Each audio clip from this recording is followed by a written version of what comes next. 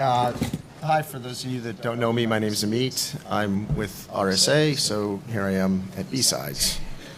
I'm trying to help the community a little bit. We're here to talk about security, cloud, APT, big data. No, sorry, that's all the stupid stuff. Sorry, that's in the other building. Damn it, you have my list. This is obviously a very informal panel. The topic, security, the end of security stupidity in 2012. Clearly not meant to be serious. We are going to do a lot of really stupid things as a community in 2012. We'll continue, I'm sure, well beyond that into 2013 as our likelihood of really solving any of these fundamental issues in the foreseeable future is pretty close to nil. What I thought was I called up a couple of guys that I've worked with or against for anywhere from 19 or so years to currently, and guys that are doing really interesting things in the security space, have a lot of scars, a lot of good experiences, and I think right now are doing some very innovative, very interesting things, thinking outside the box. So you're not going to hear a whole lot about the AV being able to stop the APT or the IDS and how SIM is going to solve all of our challenges. You're going to hear about things that are a little bit less popular, not mainstream, not where corporate America is necessarily spending all their security dollars, but I think things that are having an impact in certain organizations or have a lot of promise in what they're doing.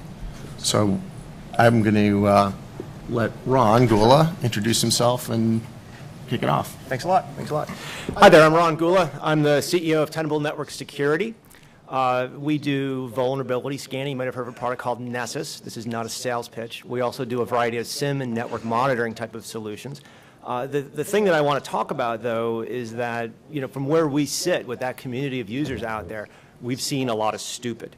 I've seen people use Nessus and not leverage credentials, right? And I don't care what kind of scanner you're doing, but if you just do an uncredentialed vulnerability scan, you're stupid. We can use stupid a lot today, right? You can use any word you want here. My kids will see the recording and they'll be like, Dad, you said we couldn't use stupid, though. We're being recorded. Okay, all right. But prior to that, I did the Dragon intrusion detection system. So I basically come from monitoring networks and not trusting the system administrators to trying to get a point where we're kind of full of confidence that you can look at your network and not be stupid about what you're seeing on your network. As far as a controversial comment to start off, I'll just say I think anonymous is the best thing that's ever happened to our industry. So. You're just chicken to say anything else.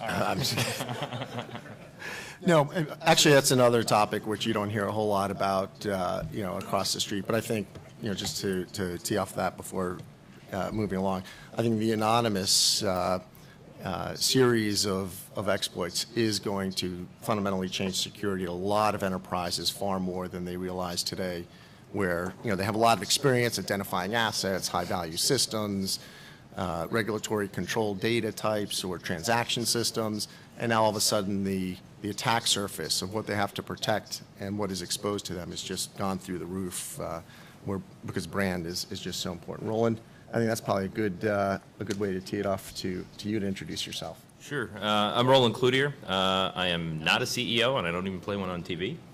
I am the Chief Security Officer for ADP Corporation, and that is not the alarm company. We're a global payroll and benefits company, and what does that mean? We move a couple $1 trillion a year, pay about a quarter of the American workforce on a daily basis, and we have the most Social Security numbers outside of the Social Security Administration. So, security is kind of important to me at an operational level. So I'm a practitioner. I don't invent products. I beg guys like these guys to go invent products for stuff we don't have. So, the topic intrigued me because I have a list of stupid that gets me going every day. But one thing when I've got a group of peers like you in the room that do what I do every day, go fight the bad guys, go try to address IT to make them more responsible for their environments, talk to our technology partners and our businesses on risk and why it's important for them to invest in these areas. All of these things, I think are my job really is to get stuff moving in that direction. I think from a practitioner standpoint, what I'd like to get out there is stupid just to look at security stuff, right? Big data comments all aside, security intelligence and, all the new banners and all the new products that people want to come up with because it's the next big, topic. There's some, reality based in that. And it's not stupid. Because the problem is we're so built to look at the IDS, to look at the DPI, to look at the, the output from the authentication infrastructures to, security. But we're not actually seeing how the data is being used, what the attackers are really getting at. And by the way, half the time, there are real people on your infrastructure, or they're bad people on your infrastructure using real people's ID, getting real access, right? So we got to start looking at the whole picture. We've got to start taking, from the applications, both the good and the bad. We have to start getting into, machine learning and neural networks that are doing, advanced analytics for us based on a large amount of data. I won't say big data because that's stupid. But, we have to get at, taking us as security, risk, and privacy practitioners up a step and saying, listen, we're responsible not for security, but business operations protection, because that's what we do. And what does the business do? When was the last time you guys took a value chain of your business, or you guys took a work of a product that you're supporting on the internet or whatever it may be, and said, this is how a patient gets its medication. This is how somebody sells a car, whatever business you're in, and look at all those points in between and said, I need that data to tell me if something's going wrong. So, my point really is to take it up a notch and ask all the security folks out there to stop looking at stupid security devices and look at the whole picture. My name is Kevin Mandia. I'm the founder of a company called Mandia Corporation. We're a weird company in that we started the whole company based on the premise that security breaches are inevitable. And I don't mean that to bring you down like Debbie Downer, but throughout my whole career, I've been responding to security breaches since the mid-1990s, and I always felt you could have great security folks buying the right products, investing the right amount of time and energy, and we just always had an end around our Maginot line that could break in. So I've seen everything that fails my whole career, and I've gotten to a point where I just believe security breaches are inevitable. 4 points I'll probably talk about as we go through this is, I've got 6 written, so I'm just going to pick 4 of the 6. You were never good at math, Kevin. I got 9 points here. One is that we always try to dumb down security, and at the end of the day, we got to scale our experts. I believe that. So everybody that creates software wants to make it as broad and mainstream as possible, but at the end of the day, there does need to be some security software like NetWitness that scales the experts. That's simple, and I think that we keep trying to dumb it down to red light, green light, and every once in a while it's a little more complex than that. The couple other things too, everybody talks about information sharing and community-based defense. Well, if all we're going to share is PDFs that are 20 pages long that we have to read through to try to figure anything out, it's going to be useless to us. Or the real way information sharing happens is, hey, Amit, have you seen evil.exe on your network? Because we're seeing evil.exe, and it's asinine. So if we're going to do community-based defense, there's a lot of changes have to happen there, and I'll talk about that at the practitioner level, not policy or legal level, because the policy and legal level will hold it up for another 30 years. And then we'll talk about, well, I'll stop there. Those are the 2 things. I guess the third would be compliance versus reality. I see an adoption of tools without an adoption of people that can use them. So we see a lot of, and most of my experience is dealing with large companies, and what they do is just buy stuff, and a lot of it's not doing what they need it to do. And lastly, I said 4, visibility. What's funny, I see presentations all the time where you see a big pie chart, and it'll say, here's the malware we found on our network. And then I'll say, well, where did that pie chart come from? And you'll get a different software, piece of software. And you'll say, well, is that 70% coverage, 50% coverage, 20% coverage? And you're like, I don't know. That's literally what we see. It's like 82-ish% coverage. Nobody actually knows what's going on every endpoint. So what we do is we'll buy Yeah, at the network, we might get 80% coverage, go to our endpoints, get 40% coverage, buy a third tool that gives us 82% coverage, another tool that buys us, gets us 57% coverage of a problem, and then all of a sudden something happens and you realize, I have no idea how to get my fingers on all the data I need. So we've bought a lot of stuff, none of it works together. It'll be like that for another 20 years. We'll retire by the time this is our children's problem, Amit. We should just go now. Pass it off. Yeah. So Kevin, at NetWitness, obviously, we spend a lot of time in the forensic space, as you do, and I know that our sales team is sometimes a little bit shy to bring our CTO out on sales calls because on occasion he's been known to say, oh, you're too stupid to use our product. And I think that builds on something that you were started talking to. How do you handle the too stupid conversation? I try not to say, yeah, I have a 3-year-old and a 1-year-old, so I'm avoiding the word as well. At the end of the day, I think it's easy to make the first thing. For what we do, we respond to a bunch of incidents, and then we try to help folks determine if they've got that issue or not. Detecting and responding to incidents, it's easy. I think you can dumb down detection. The problem is that's the first inning. Knowing you might have a problem is the first inning, and then what to do about it becomes more complex. The unfortunate reality for the world I live in and for what we do, you need some experts. You're only as good as your best forensicator. I'm making up words here, but it's sort of true. So the first inning, will we compromise or not, I think that's an easy question to answer at scale. But what the bad guy did requires some expertise and even just knowledge of your network, your business processes. So.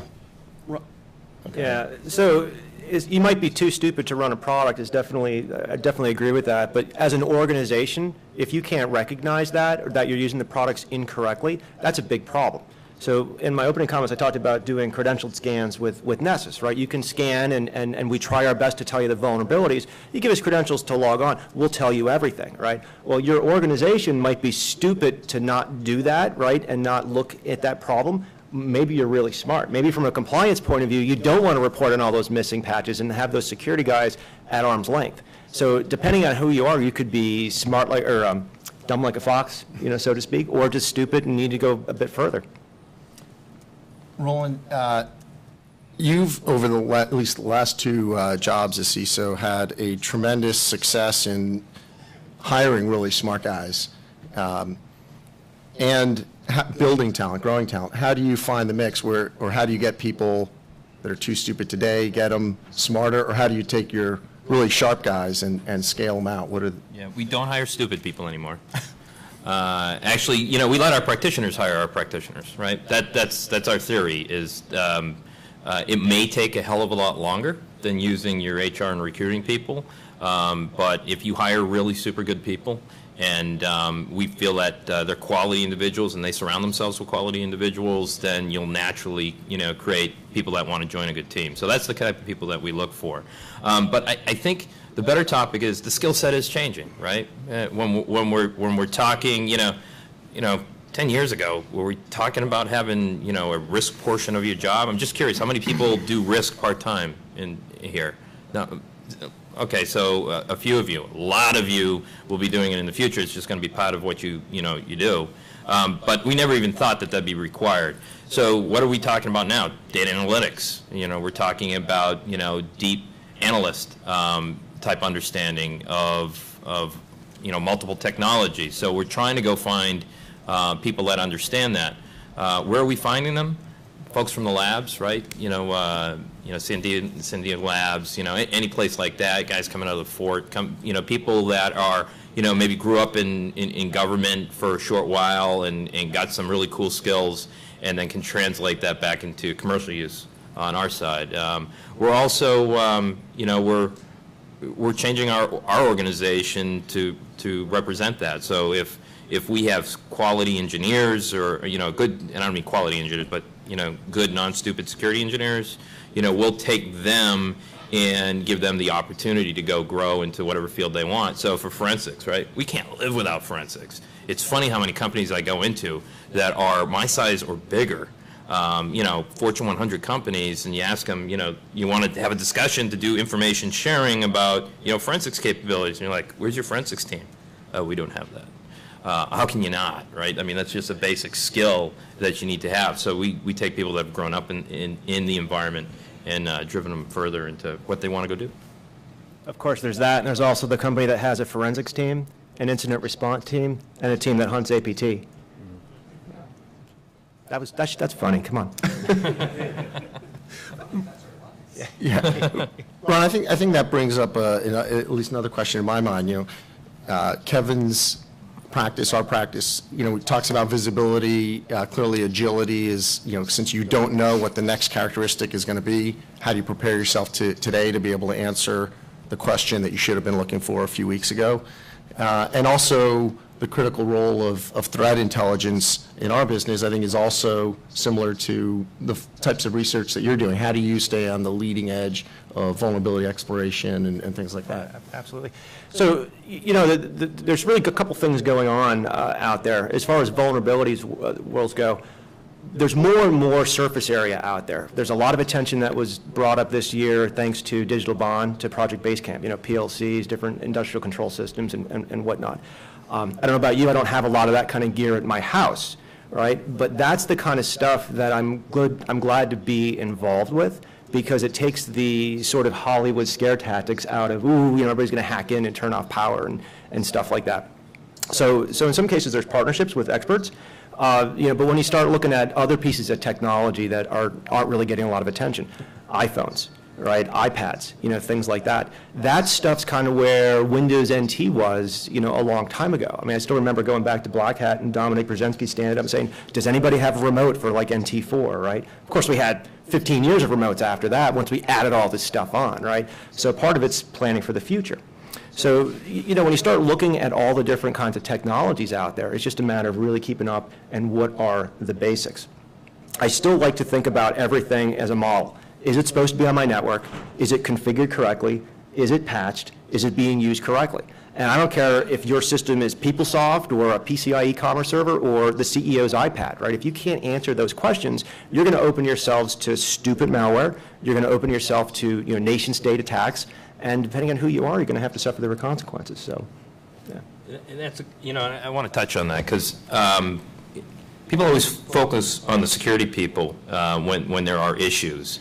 And we have to figure out how to drive that out. And by the way, Ron, I want to make you proud. I still have a Dragon network sensor on my home network that works. The stupidity or asininity, as I'd prefer to call it, on this whole discussion on visibility, right? If IT is not logging, Is that a real word? asininity? It is today. Did Kevin feed you that one? For instance, what? Carcass, cummerbund, and asininity. Those are the 3 words we got to use. Yeah, jackassery's there too, but I was going to wait to use that one. That was for the end. It's almost criminal, right? I mean, you go tell someone turn on a log so I can get information, so I can tell you what's bad, and the stuff you do every day. And the fact is, we can't turn it on. We'll kill the system. Well, you should have scaled it. You should have done something different. If we don't do the basic, whatever the Verizon breach report says, it's 86% or 92% this year of all intrusion, hacks, incidents, issues, and blah blah blah could have been stopped by basic prevention techniques. That starts with visibility into the IT environment, right? And so one of the absolute basic things we can do as practitioners is to ensure that we go drive the heck out of that on a day-to-day basis, because we're going to figure out the APT stuff, right? We're going to learn about IOCs, IOFs, IO attacks, EIEIOs. We're going to learn those, and they're going to change every single week. But if we still haven't convinced the business, IT, to do the basic right things, and we're not focusing that as 50% of our job to make sure they're doing it, we're going to be in the same spot 2 years from now. So does that mean rule ADP with an iron fist, create misery for all the users? We like to talk about that later. Just whitelist every machine and lock it down. It's not a VDI for the world. So, yeah, I was going to expound on, I think that 92% of everything can be prevented, period. Can I get an amen? That was with great precision. No matter what it is. Can I get in? In hindsight, everything probably could have been prevented. You mentioned vulnerability research before. One thing I was going to add on to that is the stupid thing used to be to get all your vulnerabilities and just patch the high stuff, right? Then it was patch the stuff that was CVSS scores of 10, right? If I get that, I'm done, right? But now it's, okay, I'm going to scan my network, get my list of vulnerabilities, and if there's a public exploit available for it, I'll get those. If I'm done there, I don't have to worry about anything else. And that's a trend that I really, really don't like. I mean, if you don't have the resources, sure, it's a great form of triage, right? But if that's your strategic approach to security, no. And the same question could be asked on the exploit side, Kevin. How do you prioritize, in any large enterprise where there's multiple ongoing incidents at any point in time, how do you guide your customers to prioritize looking at this system versus that system? I think, well, that's a good question, because it goes down to how the customer prioritizes their own data loss. If the CEO is losing their email, that's usually deemed an intolerable event. Nobody should be stealing the CEO's email on a monthly basis. So that kind of brings us up. I use pucker factor 5 to describe that event. But a lot of, we have a weird idea. I mean, quite frankly, we find networks and we kind of figure out, are they compromised or not? And at the end of a day or two of analyzing it, we'll say, hey, you're compromised. You have 47 machines that are compromised. 16 don't matter. I almost feel like we're doing a vulnerability scan. We're literally classifying compromise as pucker factor 1. It was a drive-by shooting or botnet. Pucker factor 5, live intelligence on the other end, or a human guy hacked a human person, and you have something more to worry about. But ultimately, I think from a technical standpoint, I can't classify how much something matters to our customers. They have to figure out if they care or not about what they're losing. Roland, how do you prioritize the, not that the ADP has ever had any security issues, but hypothetically, if you did, just how spell would you? email. No. It really depends, because each attack's different, right? So I see, I talked to my buddy over at eBay, Dave, and and he's worried about fraud and e-fraud, and the stuff they see on a daily basis is massive. I deal with other friends in the financial area, and they're dealing with a lot of things like we are on the state-sponsored side. So we see, 50% of each of attacks that are intelligence-based, you would assume, and half that is, trying to get it, money, trillions of dollars, I think. So when we prioritize, we look at the how it's spread across the organization. Is this a onesie, twosie thing, or is it all over the place? We look at the level of skill, believe it or not. So we look at, is the C2 traffic, just awesome, like they're doing, once out, nothing back, type, type of communications, or is it just loud and proud botnet type stuff? So there's a multiple level, but it's the skill of the assumed intruder or attacker. It is the type of potential information they have gotten at or are getting at, and it is the level of potential exfil. Right, so has something potentially gone out already, or is there a probability because we couldn't detect it in this specific portion of the environment, that we need to go prioritize, and this is an everyday battle. Yeah, Ron, you guys, I was just asking Ron about any of the sort of community-based approaches, if they're taking any XML-type data structures across customer bases, things like that. So the big thing that's going on right now is the government's actually kind of leading in this space. But no, the reality is the government's really come up with a bunch of standards to, at least on the vulnerability and configuration side, literally assess millions, if not hundreds of millions of computers. So you would think that there'd be a giant database of every IP address in the government, their CVEs and their Are folks configuration. familiar with SCAP at all? So SCAP, Cyberscope, yeah. So it's making a difference, right? I mean, it's most of the big people who criticize the government, FISMA basically was a very procedural type of thing, and it's kind of hard to do. We're trying to automate things a bit more, right? And then leverage content from Microsoft and vendors and stuff like that. And they're doing really good. There's no real sort of parallel to that for incidents sharing. There's no sort of XML standard for giving a botnet list of IPs, a list of bad guy DNS names. The data's there, don't get me wrong. There is some sharing and stuff like that, but there's no way to automatically, at the same level of like a CVE, if you will, look for a way to do that. Or even things like, what is a port scan, right? I can find a port scan with Snort, right? I can look into NetWitness and see, hey, there's a port scan, right? Is that a sweep? Is it a botnet? those kind of standards aren't there, and I'm hoping to see those things go. Now, we were involved a little bit with the CE, the Common Event Enumeration, and that was more about a replacement for syslog than classifying these things. But I'm hoping it's going to be more like, I know, Mandia, you guys were involved. Richard Bailey was pushing out. I forget the name of the infrastructure, but there's some more of this information that people are thinking about this, which is a good thing.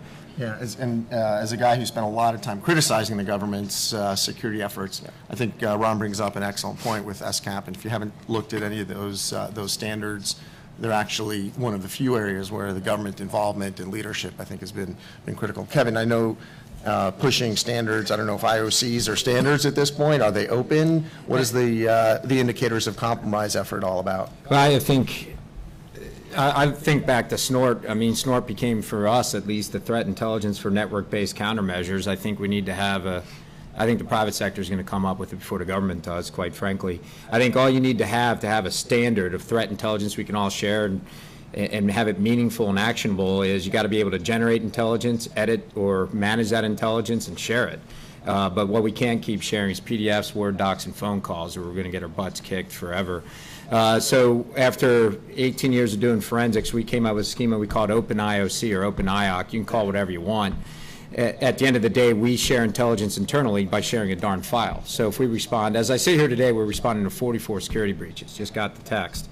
And I'm looking at it thinking, what we learn out of those 44 breaches today is portable by tomorrow because we're codifying the forensic steps that we need to recognize those things in other places. So I think that the private sector ultimately, though, is going to come up with something. It'll get widely adopted, and then a standard will come out afterwards. Roland, how about your information sharing? How do you handle incident data exchange or conversations with your peers? So I don't see anything private about IOCs. I don't see anything private about DLLs that we're hunting. I don't see anything private about indications of fraud or how people are trying to attack money movement infrastructures. I don't see anything private about it. Listen, if it doesn't have an internal IP address of a customer, their social security, their bank accounts, their ANAs, their any of that stuff, what the hell is private, right? There's nothing holding me back from sharing that. So I'll probably be the first one to go to jail, but I'm sharing it, right? So and it's, I'm calling up, Bank of America. I'm calling up, the partners that we have across the financial industry at any time. I call the government. For all, the kick in the teeth that we give the bureaus on a daily basis, just because it's fun. They can actually turn around some really interesting data pretty quick. And I'm not.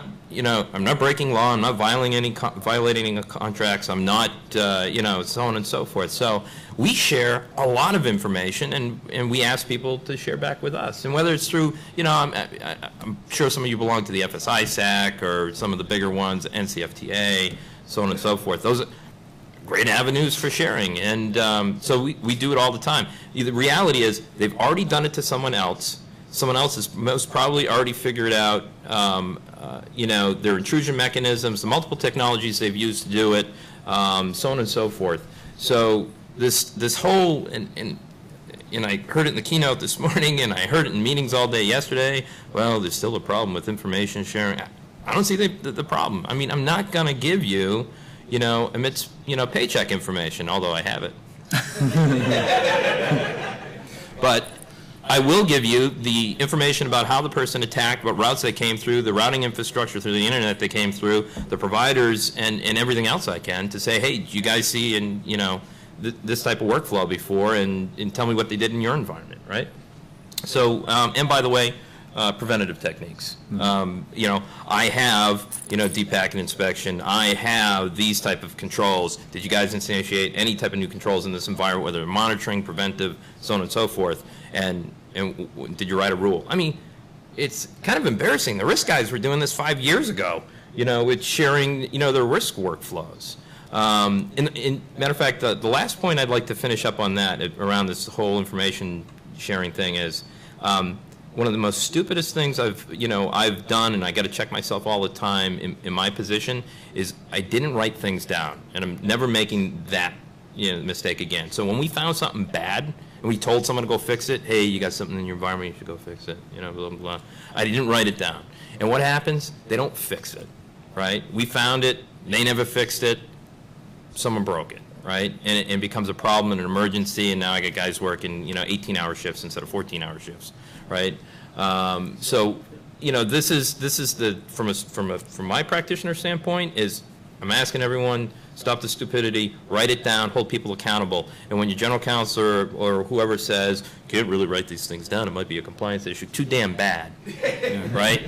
Go fix it, and have IT go fix it, whoever else, so. Yeah, it's something having both writing things down during an incident, during an activity, during an investigation, absolutely critical. And then as you discover things, to have a closed loop, system, make sure you get closure on all the things that you're identifying or problems. Ron, I know that's something you've been championing since the first early versions of your products. Oh, absolutely. I mean, back in the days with Dragon, we had stuff, full packet capture for there was events, so you could save that kind of stuff, and people have to go and say, hey, what is this? Do some analysis on it and things like that. But today, as a vendor, I got to tell you, almost every vulnerability management and SIM vendor is going to come out with a cloud-based solution where their customers can share data, and that's good. That'll help their customers, but I kind of want it industry-wide. I frankly don't care if you have my products or don't, but if you want to participate and exchange stuff, that should be automatic, right? And that's probably my only thing I would build upon what you were saying, is that the more you can make these things automatic, the quicker you can put things out there and get them in people's way. Even just putting the blacklist and threat list, whatever you want to call them, out there, being able to get that built right into your IDS, your DPI, whatever you have out there, the more that can be automated, that's pretty good. So there's a lot of services out there, like your threat grid, that Dove's doing. You can get lists of, lots of indicators and things like that. A lot of different vendors consume that, which is really cool. There's a lot of other companies out there that do those kind of things, and I think the government wants to get involved, but I don't think you're ever going to, ever see the PCI organization, for example, say, well, here's the list of sites that aren't valid anymore, don't shop there, But that's kind of what we need. We can't have a political barrier for, for sharing that kind of information. Yeah. And I don't know if there'll ever be one place to go to for all that communities and specific purpose-built intel.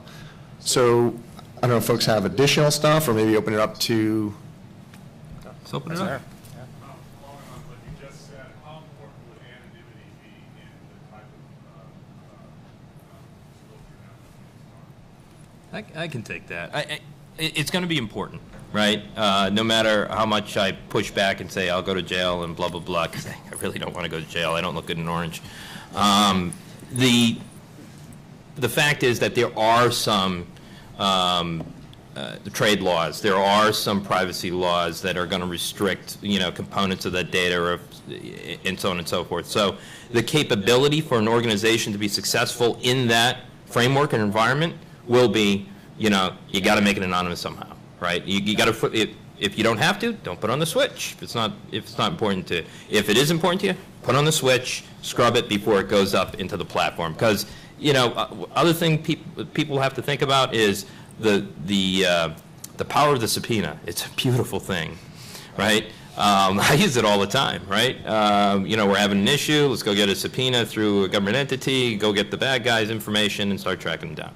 So, but it works two ways. So if you're putting a metric butt ton, and that is a quantifiable measurement, into this, information sharing cloud, you're going to get to, a point where there's a lot of data there for a lot of time, and if it's assigned to you, your company, your businesses, potentially your clients, a subpoena served, that doesn't feel good, right? One of the things I worry about, we have a breach of some sort, there's a class action suit, and then the class action goes, subpoenas that data, and it's not anonymous, and it has a lot of information about everything my team has done, and then people start critiquing it, right? That concerns me. So, yeah, there has to be some sort of anonymity capability within that platform, whatever it may be. One quick follow-on, does the government have any role, in your guys' opinion, in motivating companies to participate in this kind of regulation? Do they have any role? Hell no. Let's repeat questions. Yeah. So the question was, should the government have a role in creating a like organization? Now, I'm not, and the answer was hell no. The other thing that I put out to the rest of the panel is there, and to you, is could they potentially participate, right? That doesn't mean I give them data and they put in what they want to back. That's not what I'm talking about. Could they be an active participant if the organization so decides, right? I say yes, but, that'd be up to the membership. Yeah, I think comments on this, when it comes to sharing intelligence, I would agree that having done it for 12 years, it is anonymous when you look at the indicators themselves. Unless the C2 channel goes back to iHackTheMeetYoran.com, there's no other I want that intelligence. so bad. There's no other intelligence in there that really gives away where it comes from. But I believe a couple of things. That sharing intelligence, the wider spread you share it, unfortunately, if it's not closed loop, it becomes less valuable. That's just a fact in intelligence. I actually think what works is you pick who you share it with, and you pick whether you're anonymous or not. Because at the end of the day, when you get a collection, and we're already going through this now at Mandia, and we have so much intelligence, we're starting to rate it based on where it came from. And you get crappy intelligence a lot of the times, meaning it's just, wow, it really doesn't apply. It's a drive-by shooting that hit 10 million people, but it didn't have any real impact, versus worthwhile intelligence. So I think a couple things. One, it should be closed loop. Two, you pick your friends like Facebook on who you share and who you don't share with. Three, whether you're looking for the government to compel you to do so or not, I think right now sharing intel with the government is a tough one in a lot of ways because there's all stick, no carrot. So until there's a carrot there, and I don't know what it would be, you know, there's just legislation, it wasn't legislation, but regulations that say if there's a breach and it's material, you need to report it. And the best way to make a breach material is reporting it. So figure that one out. I think that intelligence needs to be shared as you think you need to share it, but I would agree. I've been doing this for a long time, and I've seen a lot of companies share things. I don't think it's in the spirit of any NDA or a bunch of other things, put people behind bars for trying to just solve a problem that's more widespread than just a single entity. That's all I got. Yeah, when we were addressing this in the government, they used to say we have a carrot and stick approach: a stick to beat someone, then a carrot to poke them in the eye. Not exactly what is typically meant by carrot and stick approach. I think the anonymity point might work in closed communities, but as Kevin said, you know, once you get into larger circles, if you maintain an anonymity, it's difficult without understanding, you know, the source. Yeah, what is the context? And you know, another thing that we're doing that I think has helped lower the sharing threshold within our own customer base is allowing people to share characteristics, but they're encrypted so that, you know, technically, you know, you can get at them if you violate license agreement, and, you know, you do memory forensics on the boxes and things like that. But the intrusion characteristics are basically encrypted so that unless there's a hit, you don't know effectively what the systems are looking for. If you have a match, then it, you know, says like call Bob at the following number, and that's hopefully one way to kind of share without disclosing to lower that threshold. I think it's important to know where it comes from too, because you're real smart guys that are sitting on the front lines are going to be like, where did this come from? We're smarter than they are, and they almost need to know where it came from for them to be able to vet the intelligence and see if it's worthwhile. Yeah, I think we've got some folks with questions. Okay, so caveat, I work for a vendor who's probably kind of in competition with you guys for some stuff. And They sell payroll? They sell payroll? Yeah. I get my payroll checks from you guys as well. And I've been sort of on the ground under both your company's process and everything. So, riddle me this. Both of us. Is that me and you? Probably. Yeah. We nailed it, didn't we? Well, I also have kind of disagreements with some of how that works. And this is kind of the fact. The last 10 years, I've been going over this argument of, yeah, we share intel. Except we don't. We monetize it, we keep it within very narrow partner sets and everything. Now, at this point, we're realizing that one of our main problems is, as the gal from 451 group says, most organizations are living beneath the security poverty line. That pretty much puts all of us in an information security ghetto. So we have these sets where, yeah, we're sharing information, but it's only with our tier 1 partners. And then basically we get rooted from that crappy little supply chain vendor that we keep in the dark. Now, people I work for are putting some skin in the game on this. We're launching our threat exchange this week. Very early days yet. We're absolutely wanting to be including things like OpenIOC into it. I think that's one of the coolest things I've seen come out of Mandia. But Might really, be the only I thing. mean, this whole arc I've seen as being very two-faced. And really sort of how do we reconcile, okay, we share info freely, it's fine, when there are so many vendors like you guys who are in the business of monetizing that transaction. I think we're in the business of monetizing a pattern of take intelligence and go look for it, go hunt on a daily basis. So that's really what we want to do. The challenge that keeps us from giving everybody everything all the time is things like we can decrypt a lot of the C2 and we can decrypt RDP in certain circumstances. And those types of things took us 9 months to figure out or 2 months to figure out. And we believe, usually the criteria is actually an altruistic one, that if we gave something to one person and it went out, it loses value for everybody else. That being said, there is no magic. I haven't been able to write the criteria, and I think about this issue all the time, because I think it's asinine to try to write it. At the end of the day, you got to analyze each piece of intelligence you have and say, share it with the world, share it with your customers, or keep it close hold for now. And that's an unfortunate reality. And share with different communities, because Yeah, the share with FSI-SAC industries. is an example, right? They're going to share within their community for a specific purpose. The DIB, Defense Industrial Base, is going to share within their community for specific purposes. They're not going to share more broadly. And then there's other communities, dozens of internet-based, community projects as well. So that's kind of the thing, it's like, how do we get the stuff down to, like I said, people living over, because the security quality is We're actually aggregating a lot of the community-based projects and have licensed the ability to redistribute that threat intelligence through our freeware and other things. So, where it's not our intellectual property or content, we're trying to facilitate, a community-based approach. But, it's a careful line when you look at things that are more proprietary I think or he's- more sensitive in communities. I think he's advocating that the government monitors the internet and just controls it all, right? I just got to be devil's advocate on Yeah. it. I mean, You're not the government. are you? Clearly, you haven't been Right. reading the papers. Check. I would close loop by industry, though, I think, because I think most of the threats we see start looking similar by industry, And I would close it that way. I don't think the whole world needs to know about every single threat, because at that point, there is no network enabler for intelligence if it gets too big a network. So we have an issue around the pipeline of potential skills to support these types of things going forward. I teach a class in computer forensics and information assurance at Cloutier University.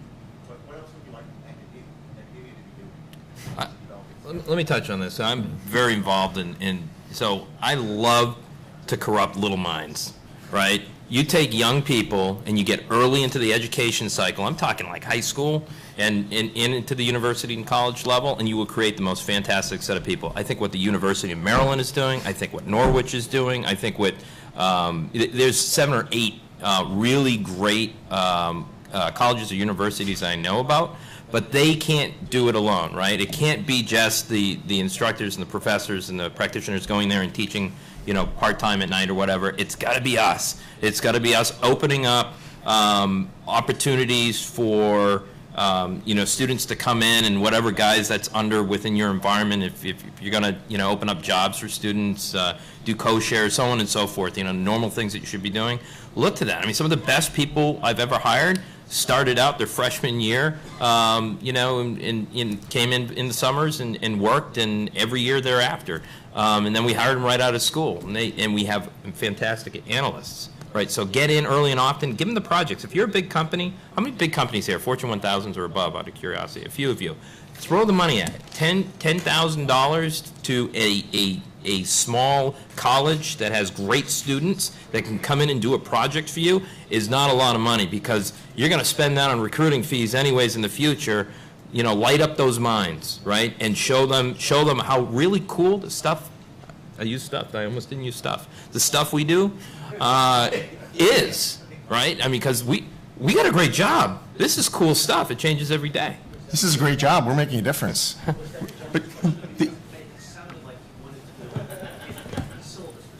Right. no, Syllabus? This is actually historic, because I'm about to say a second positive thing about government efforts on within 1 hour. But the government is actually the NSF and NSA run with DHS run a cyber core program, do a lot of funding, and create these centers for academic excellence in cybersecurity. It sounds like a long government title, because it is, but they're actually taking a lot of undergrads and at the graduate level and sending them through excellent training. And I know a lot of folks have been hired through that program and have really been a great source for talent. I think the other role for academia that is really underutilized is some of the longer term fundamental research, right? We know general purpose computing can't be secured, so knowing we have compromised components, how do we develop trustworthy environments? And all sorts of, when Roland talks about big data, sorry, you didn't talk about big data, you talk about large data sets. Security intelligence Yes. data warehousing. Yeah. All of the data analytics required to do, right, marketing notwithstanding, the real behavioral analytics, types of things that are required to do security going forward. I think those are places where fundamental research is still required. Up front? Yeah. So how do organizations go about building an intelligence capability? You want to start? And then I can start how we're doing it. So, I know the guy who has the answer, and he's sitting right behind you. you get a big bucket. Yeah. So there's a lot of ways to go at it. First, you have to get the information, and I can't say it enough. And so we're on this journey ourselves. I wouldn't say we're a tier 1 intelligence platform. We're probably like a tier 2, meaning that we have information, or actually maybe a tier 3. We have information. We are using that to make intelligence decisions. We're using analytical capabilities about the information that we have. So having the ability to get a lot of information in one place, having capability to run analytics against it is very, very important. Having people come in and teach you what to look for, right? So getting the education, the right people in place, the Mandians, the threat grids of the world, so on and so forth, that come in and teach that. And then getting external information. So we're talking a lot about what's in our infrastructure and what other people can share with us, but really you have to look at your industry, who wants to attack you, why, what they have done in the past, what are their capabilities. You're not going to have all of that information, right? So using external third parties to provide that type of information, and then really having the right skill set, and then do data modeling against the information you have. That's the very basic way I think you can get at it, and that's what we've started in the route we've started down. And I'll give you a real simple one, and if you've heard this, fall asleep, but this is one I use all the time. We had a problem where we have 690 go-to-market platforms, right, that deliver product sets, essentially. And you go buy a cred, from somewhere in the deep, dark corners of the internet, and you one of our creds, and you could test it, log in once against this platform. You could do it 690 times, but we wouldn't see that because it was just one failure, right? So what do we do with our grandiose data set? I refuse to use big data. Is that we were able to say anytime, we run queries all day long, anytime you see one failed login against more than one product, let us know. Boom! Wow, the information we got off that day one just totally changed our world. Rocked our world and being able to provide immediate mass amount of protection to the organization and to 60 million users, that use the platform every day, right? So it's little things like that. It doesn't have to be this really cool, I'm seeing the future, right, yet, right? We want to get to that point, but it can be using that type of information on how to make actionable changes within your environment. 690 products. I thought our industry stunk. Visibility, you're touching this now. I'm under the impression that we suck. We fail when it comes to, like you said, the one invalid login for multiple patients. How do we see this? What are we doing wrong? And how would you move forward in the future and fix it in the future, and what would you use now? Well, security devices don't see it, right? The infrastructure to see it. You got to tie into the infrastructure. We got to be able to get that information. It should be guys. It's not about in our world. It's not about product security. It's about freaking product quality, right? So it's mandated. So we measure people. People get paid on it, right? People that deliver products or infrastructure applications or enterprise people, they have, like think of it as a 20-point checklist. If you're going to do this with this type of data, you must do this. And by the way, that's in your MBO, right? So that's our way of getting people to think about it's just part of your job, right? And not security people. These are developers and engineers and so on and so forth. So take that SDLC and take it way back up the stack and say, no, this is just the framework of how you develop anything in our environment. Same thing, we want like GUIs, we want like portals, we want like X, Y, and Z, right? Because it drives down the cost, it's repeatable, it's reusable. We're doing the same thing with security. And making that, and just to get into the environment, here's the check that says, you're giving us all these logs, and all the logs conclude all these, 16 things. All those logs go in the bucket where they're never announced. The big bucket. So if I could comment on that, we haven't learned from the penetration test, right? The pen test that got in today or a year ago or 5 years ago always resulted in patch your systems. It was never in change the configuration of your SIM, change the configuration of your node, change the education level of your SOC to look for this kind of stuff. I mean, we've been doing brute force password guessing and password sweeps for 20 years, right? Every SIM vendor out there can detect this kind of stuff. Very rarely does the SIM get deployed to detect it, though. So the technology... I don't think there's any, one size fits all. I think there's, at least when I use the term visibility, obviously in the network side, it's all about full packet capture. We'll collect everything, and then you'll be able to sift through it, and we'll try and do analytics. Kevin's team, don't want to speak for you, but, having the deep memory forensics and the system, inspection capability on the host layer adds a whole different dimension to, to what we're doing. I think historically, when I criticize visibility, it's more the telemetry that's coming into the SIM.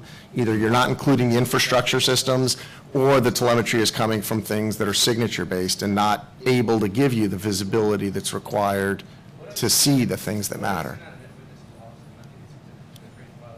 I got to fight here. There's the plan. Stack the deck.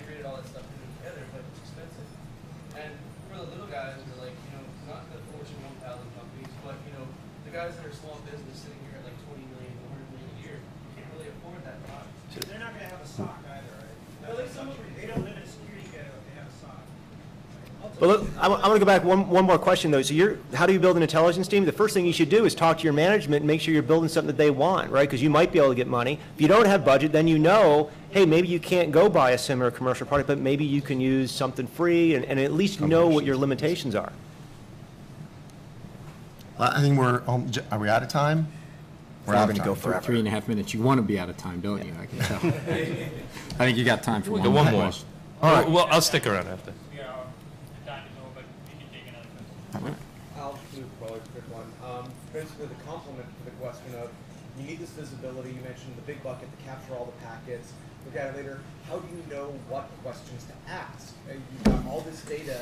Don't you get overwhelmed with all the false positives, all the switches that are just sending out spurious stuff? I mean, you lucked out, frankly, with the one hit across all those applications, and whoa, your eyes are open. Hey, there's a threat we didn't know about.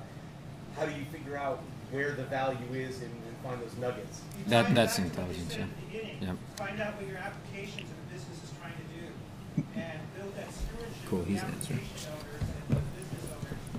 So what tells you what is important to them?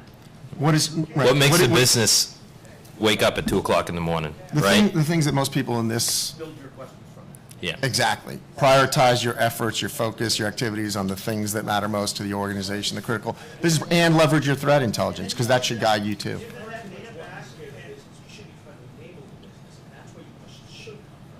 What is it the business is trying to do to be successful, and ask you questions based around that. There's a lot of scary business, and that's when they run away, even if they don't have the money, they're never going to find it. They don't want to see it. Yeah, no, I didn't say go scare the business. I said what scares them. Why can't they go deliver to China? Why to do? No, I said go ask them what wakes them up, because then you're going to go find out the holes in their platform, right? Don't scare them. Don't keep it at the us versus them level, because that's going to defeat us. Yep. Great. I appreciate everybody's, well, first let me thank the panel, folks that have spent their entire careers in security and are doing, really forward-leaning things, and thank the audience. You guys were great. Thanks for your questions.